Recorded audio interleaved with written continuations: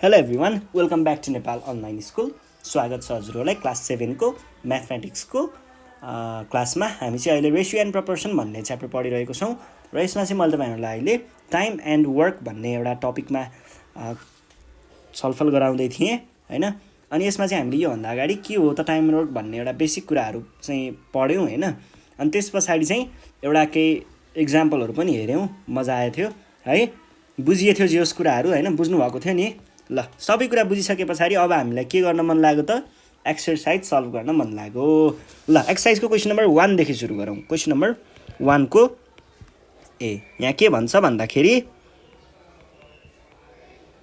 Ramesh can complete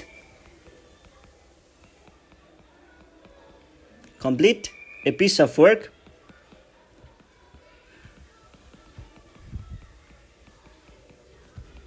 in 10 days। यो छ एउटा। He worked for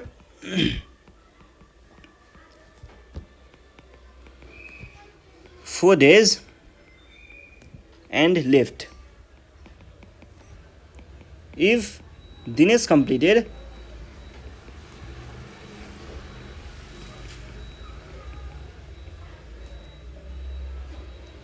the remaining work,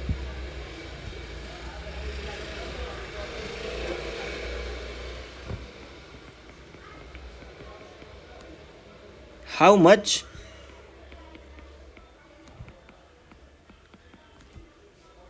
work was done by Dinesh। यो चाहिँ कसरी सल्भ गर्ने यस्तो खालको प्रब्लम भन्दाखेरि पहिला सुरुमा के गर्न सकिन्छ, यहाँनिर भनेअनुसार रमेशले 10 दिनमा एउटा काम सकाउँछ भने उसले के भनेको छ, ही वर्क फर 4 days। उसले 4 दिन मात्र काम गर्यो। उसले 4 दिनमा कति काम सक्यो होला भन्ने कुरा निकाल्ने। अनि if Dinesh completed the remaining work, अब हेर्नुहोस् है, रमेशले 10 दिनमा एउटा काम सकाउँछ भनेदेखि रमेशले 1 दिनमा कति काम सकाउँछ? 1/10 काम चाहिँ सकाउँछ। यो त अहिले पछि कसरी आउँछ अहिले पछि हेरिन्छ हैन। त्यसो हो भने 4 दिनमा उसले कति काम सकाउँछ? 4/10 वर्क सकाउँछ। अब हामीले यति काम त सकाइसक्यौँ नि त भन्नाले रमेशले सकाइसक्यो नि त यो काम त गरेर। बाँकी रहेको काम कसले गरेको छ? दिनेशले काम गरेको छ। क्वेसन के छ? दिनेशले कति काम गर्यो? यहाँबाट बाँकी रहेको काम दिनेशले गरेको हो। र कहिल्यै पनि फ्र्याक्सन छ भने त्यसको होल पार्ट भनेको टोटल हुन्छ, भनेको 1 भनेको त्यसको टोटल हुन्छ। 1 - 4/10 गरेर जति आउँछ नि हो त्यो भनेको दिनेशले गरेको काम हुन्छ। एउटा कामको 10 भाग लगाइयो भने त्यसको 10 भागको 4 भाग चाहिँ कसले गरिसकेको हुन्छ? रमेशले गरेको हुन्छ। र बाँकी रहेको काम चाहिँ कसले गरेको हुन्छ? दिनेशले गरेको हुन्छ। त्यो भनेको 6/10 चाहिँ दिनेशले गरेको हो भन्ने यहाँबाट बुझिन्छ। अब यसलाई कसरी सल्भ गर्ने त भन्दाखेरि, लेख्ने कसरी एक्जाममा भन्दाखेरि सोलुसन के भन्न पर्यो त? पहिला सुरुमा इन 10 days रमेशले 4 दिनमा कति काम गर्यो त्यो निकाल्छौँ पहिला। इन 4 दिनमा निकाल्नको लागि यो चाहिँ in 10 days Ramesh can do कति वर्क? 1 वर्क। एउटा काम चाहिँ उसले 10 दिनमा सकाउँछ भने 1 दिनमा उसले कति काम सकाउला त? In 1 day Ramesh can do 1/10 work. यस्तो हो भनेदेखि 4 दिनमा उसले कति काम सकाउला? 4 days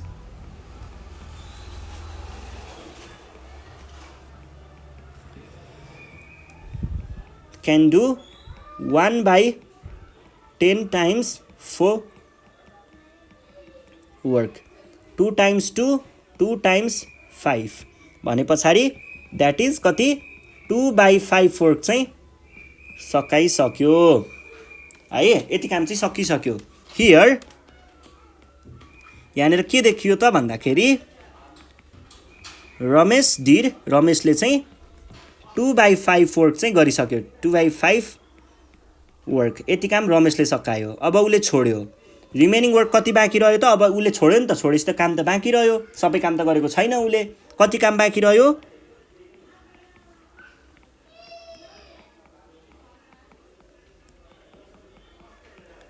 remaining work is equals to भनौँ न, is equals to total work भनेको 1 वर्क हुन्छ।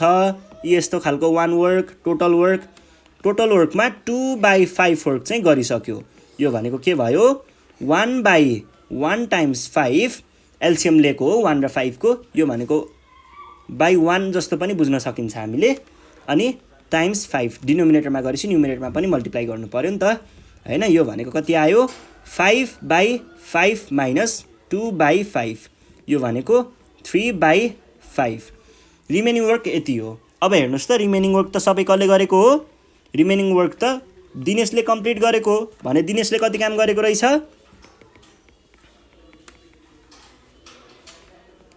दिनेश डिड उले कति काम गर्यो 3/5 वर्क। दिनेशले यति काम गर्यो भन्ने सकाइदिने छोडिदिने सकियो। ल अब अर्को प्रब्लम छ।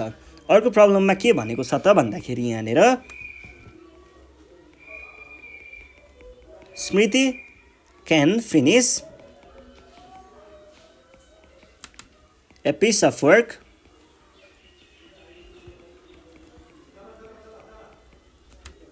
in 15 days. She worked for 5 days and left. If Bhavana finished the remaining work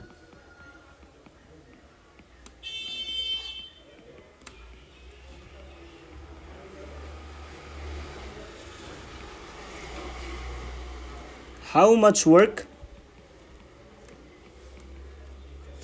was done by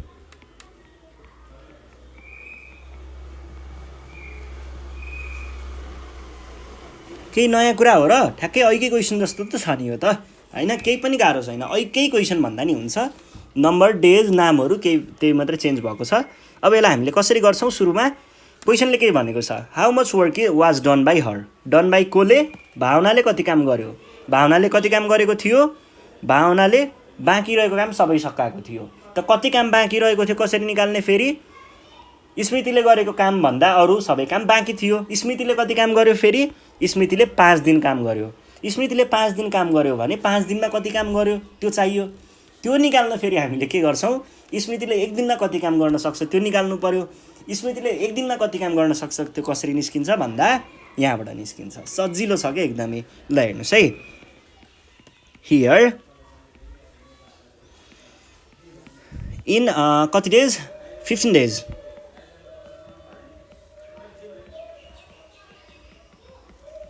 Smriti can do one work है। यस्तो हो भने स्मृतिले 1 दिनमा कति काम सक्छ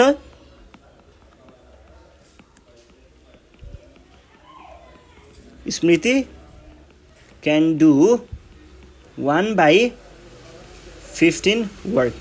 डिरेक्ट प्रपोर्सन भएर यो चाहिँ तल आएर डिभाइड भयो। डिरेक्ट प्रपोर्सन कसरी भएको भन्ने कुरा मैले अगाडि नै भनिसकेको छु। ल अब हामीले के भन्न पाइयो त 5 दिन हो नि त उसले काम गरेको त। इन 5 डेज 5 दिनमा उसले कति काम गर्यो भन्ने निकाल्दैछौँ।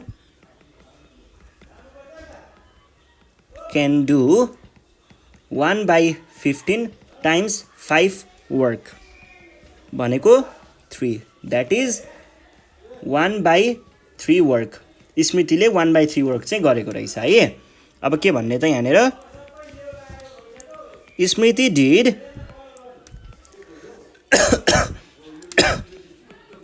1/3 पो हो त वर्क एन्ड लेफ्ट। अब कति काम गरे छोड्यो भन्ने कुरा रिमेनिङ वर्क चाहिँ कसरी निकाल्ने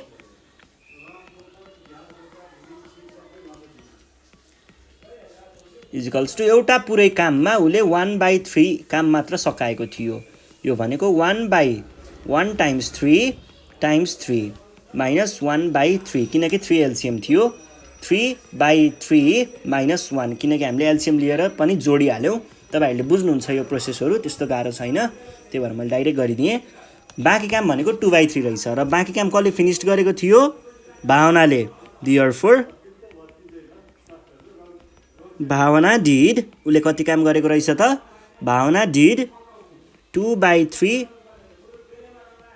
पार्ट अफ वर्क। यति काम चाहिँ भावनाले गरेको थियो भनेर भन्न सकिन्छ। ल अर्को प्रब्लम छ यहाँनिर क्वेसन नम्बर 2 मा। यहाँ के भन्दैछ भन्दाखेरि Vishnu can do 1/5 part of work in 2 days। 2 दिनमा उसले यति काम सक्छ भनेदेखि हाउ मच वर्क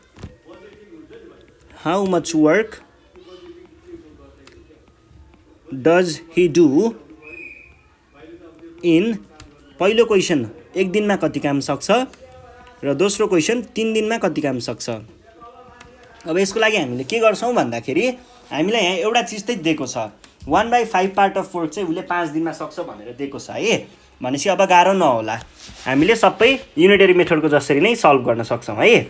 यहाँनिर के भन्न सक्छौं त हियर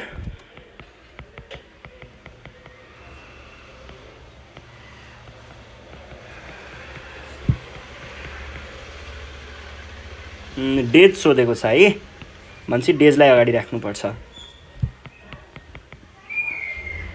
हैन काम सोधेको छ, वर्क सोधेको छ, सो डेजलाई अगाडि राख्नुपर्छ। इन 2 days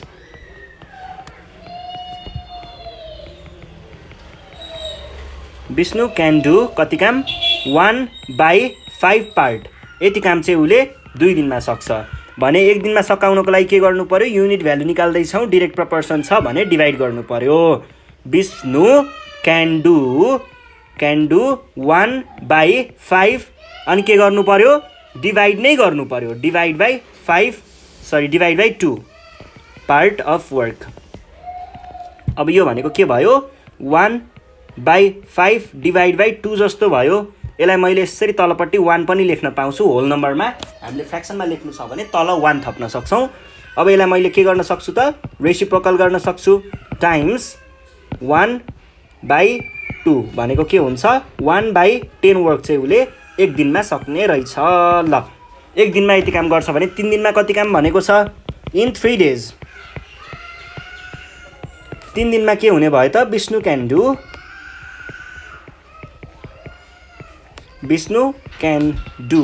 1 दिनमा 1/10 गर्छ भने 3 दिनमा कति गर्छ times 3 part.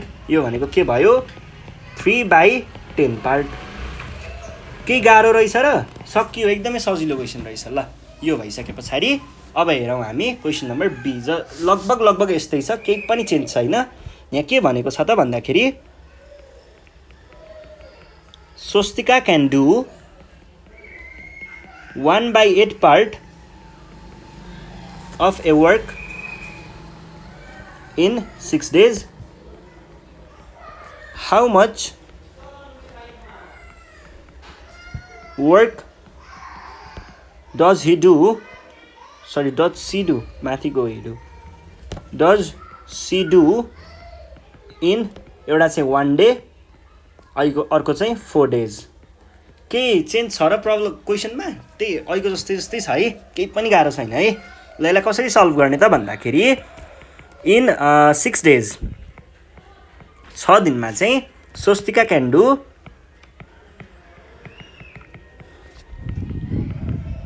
Do 1/8 part of work है। अब यसलाई मैले के भन्न सकेँ त 1 दिनमा इन 1 day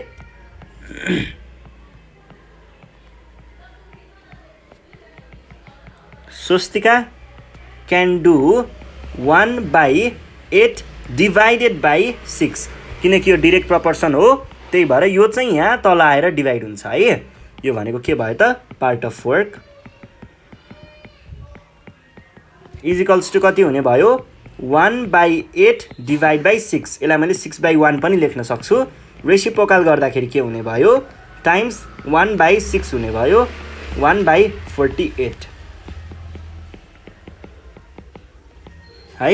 1 दिनमा यति काम गर्छ भनेदेखि हामीलाई के चाहिएको छ 4 दिनमा कति काम गर्छ भनेको छ in 4 days Swastika can do 1/48 times 4 part of work. 4 र 12 भने पछाडि 4 दिनमा कति काम सक्ने रहेछ 1/12 पार्ट अफ वर्क। केही गाह्रो छ जस्तो चाहिँ मलाई लागेन है, सजिलैसँग सल्भ भयो। ल अब यहाँनिर अर्को क्वेसन छ, क्वेसन नम्बर सी। यसैको क्वेसन नम्बर सी छ। के भनेको छ त क्वेसनले भन्दाखेरि किसान देव can finish 1/3 part of a piece of work in 5 days. He worked for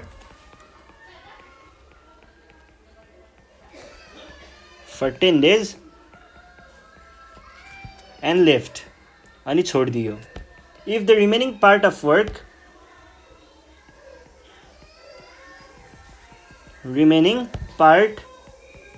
the work was finished by Ram, how much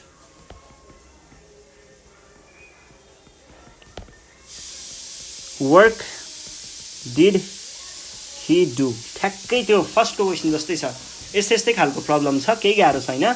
अब यसलाई हामीले कसरी सल्भ गर्छौँ त भन्दाखेरि हेर्नुहोस् है, पहिला सुरुमा के भनेको छ 1/3 पार्ट वर्क चाहिँ उसले 5 दिनमा सक्छ है, भनेदेखि उसले 10 दिन काम गर्यो, 5 दिनमा यति सक्छ भने 1 दिनमा कति सक्छ त्यो निकाल्छौँ, 1 दिनमा कति काम सक्छ त्यो निकाल्छौँ। त्यसबाट हामीले के निकाल्न सकिन्छ 10 दिनमा कति काम गर्छ भन्ने कुरा निकाल्न सकिन्छ। द्याट इज उसले कति काम सक्यो भन्ने कुरा निकाल्न सकिन्छ। कति काम सक्यो निस्किसके पछाडि बाँकी रहेको काम त रामले गरेको हो भने पछाडि रामले कति काम गर्यो त्यहाँबाट निकाल्न सकिन्छ है। अब हामीले के भन्ने त भन्दाखेरि यसलाई कसरी सल्भ गर्ने त भन्दाखेरि यस्तो भन्नु पर्यो, हेर्नुहोस् है, सोलुसन हियर, यहाँनिर के छ त किसान देव है, किसान देव होइन, हामीलाई यहाँनिर पहिला सुरुमा के निकाल्नु पर्ने छ कति काम निकाल्नु पर्ने छ भने पछाडि अर्को डे छ, डेलाई अगाडि राख्नुपर्छ है। इन कति डेज 5 डेज किसान देव क्यान डु कति work 1/3 part of work.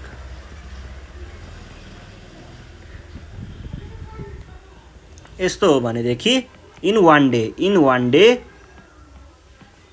he can do 1/3 divide by 5, किनकि यो डिरेक्ट प्रपोर्सन हो, यो यहाँ तल आएर डिभाइड हुन्छ। यो भनेको के भयो work, that is 1/3 divide by 5 भनेको हो नि त यो भनेको त। यसलाई मैले बाई 1 पनि लेख्न सक्छु, रेसिप्रोकल गर्दा कति आयो times 1/5, that is 1/15 part of work. उसले 1 दिनमा यति काम गर्छ भनेदेखि उसले 10 दिनमा कति काम गरेको होला त in 10 days he can do 1/15 times 10, यो 10 ले यसलाई मल्टिप्लाई गरेको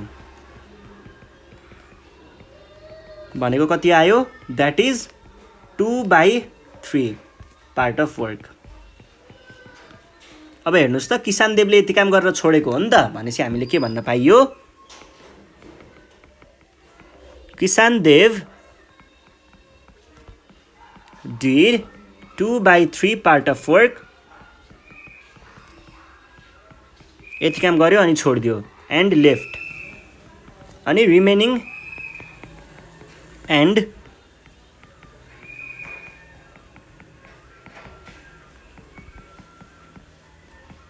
वर्क भनेको कति हुने भयो एउटा टोटल काममा 2/3 पार्ट चाहिँ सकिसक्यो भन्नुको अर्थ 1/1 टाइम्स 3 टाइम्स 3 माइनस 2/3, यो भनेको कति आयो 3/3 माइनस 2/3 भनेको कति आयो 3 माइनस 2/3 भनेको कति आयो 1/3।